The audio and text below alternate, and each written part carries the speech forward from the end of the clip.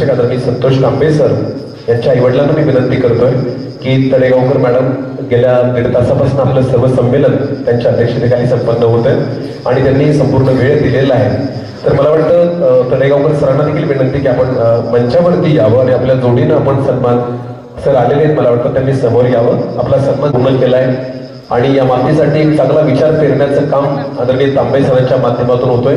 खरं तर ही त्यांच्या आईवडिलांची पुण्याई आहे असंच मला म्हणावं लागेल. या कार्यक्रमाच्या निमित्ताने एकदा जोरदार टाळ्या झाल्या पाहिजे मंचासाठी. साहित्य संमेलन श्री क्षेत्र आपेगाव या ठिकाणी आज सकाळपासून सुरू आहे आणि त्या साहित्य संमेलनाचे अध्यक्ष आमचे फार जुने स्नेही संत साहित्याचे अभ्यासक आदरणीय डॉक्टर सतीश बडवे सर या ठिकाणी उपस्थित आहेत. त्यांचं मनापासून अभिनंदन. त्यानंतर खरं तर सकाळी मी खूप धावपळ करत येण्याचा प्रयत्न केला पण जमलं नाही.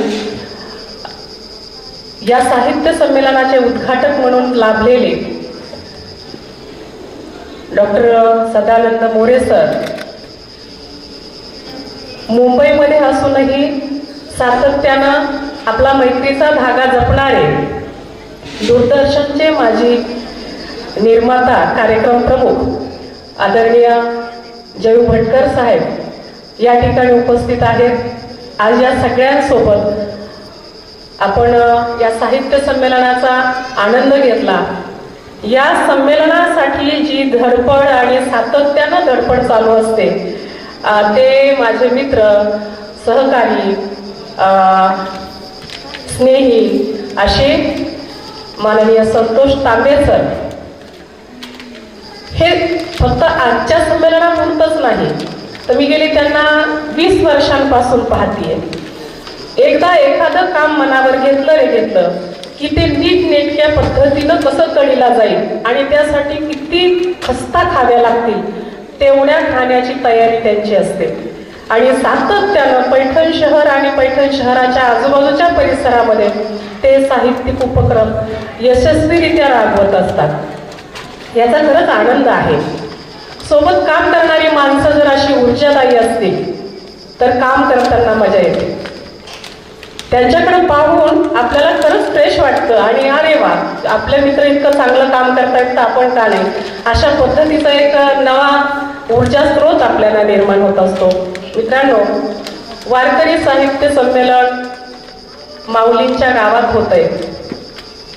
जगाची माऊली ज्याला जगासाठी पसायदान मागितलं, मागणी मागितली, ज्या माऊलीनं स्त्री पुरुष जाती धर्म ज्येष्ठ कनिष्ठ याचे भेद विसरून त्याच्या पलीकडे जाणारं पशुपक्ष्यांसहित मानवजातीवर प्रेम करण्याची जी भावना व्यक्त केली आपल्या कवितेमधून,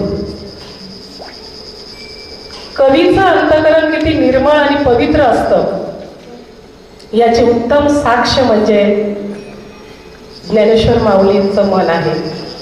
खूप सुंदर कविता तुम्ही शेवटी सादर केली की सगळे भेद विसरून ज्या ठिकाणी एकत्र आपण येऊ तो खरा आनंद सोहळा आणि संमेलनांचा हेच उद्देश असतो. खरं तर सांगायचं तात्पर्य की ज्या वारकरी संप्रदायाची सुरुवात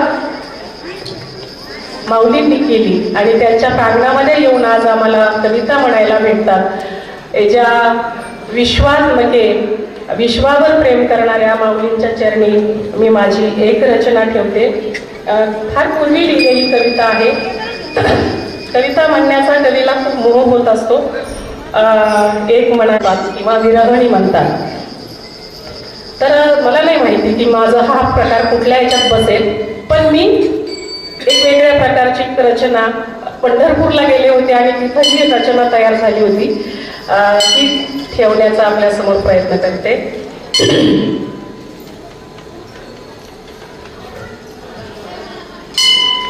माझी विरानी मागते तुझ्या पायरीशी जागा, माझी विरानी मागते तुझ्या पायरीशी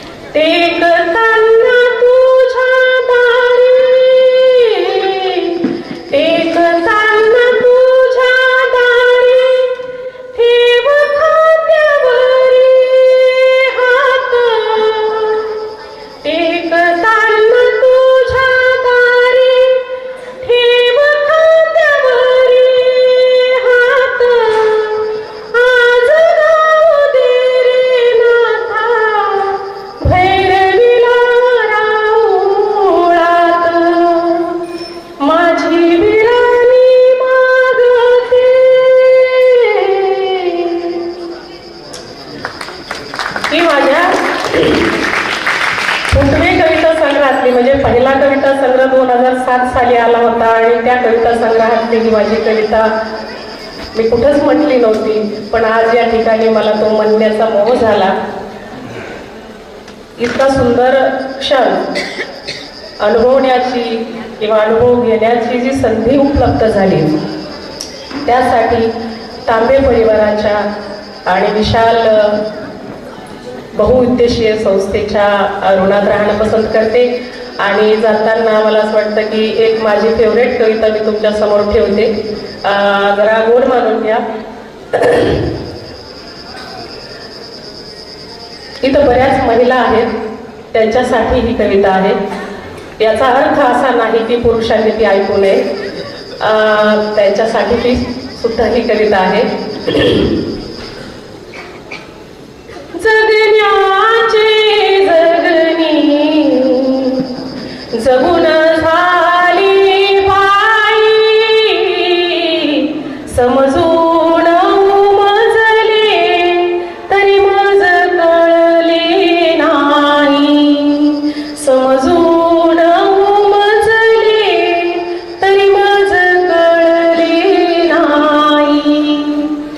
मागून जगवा परत गेली ओटी, मागून जगवा परत गेली ओटी. संपल्या दुःखाचे अश्रू दाटली पोटी,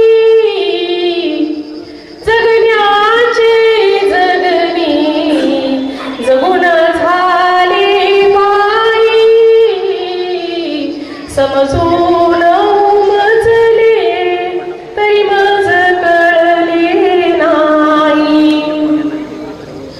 आवसेची होली पुनवाली दारी, आवसेची होली पुनवाली दारी. पांगून पसरले व्यथा संपली सारी, जगण्याचे जगणी जगून झाली बाई, समजून उमजले तरी मज कळले नाही. रंगात नाहले तरी उडाला रंग, रंगात नाहले तरी उडाला रंग. गर्दीत बुडाले तरी एकांत संग,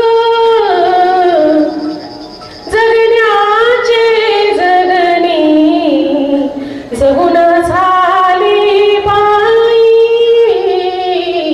समजून उमजले तरी मज कळले नाही, समजून उमजले तरी मज कळले नाही.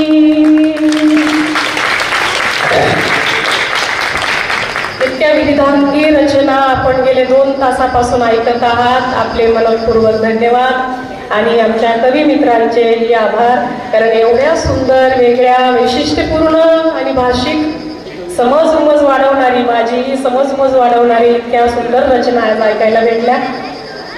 खऱ्या अर्थानं सर्व धर्म समभाव कवींनी जपला आणि तांबे सरांनी हे पुन्हा एकदा माऊलींच्या दरबारात दाखवून दिलं की आम्ही किती समानतेचा विचार करतो आणि तो जपतो आणि तो प्रत्यक्षात आणतो. त्यासाठी पुन्हा एकदा तांबे सरांचे आणि आपल्या सर्वांचे आभार व्यक्त करते आणि थांबते. धन्यवाद. सामान्यांच्या न्याय हक्कासाठी पाहत रहा फक्त दखनी स्वराज्य.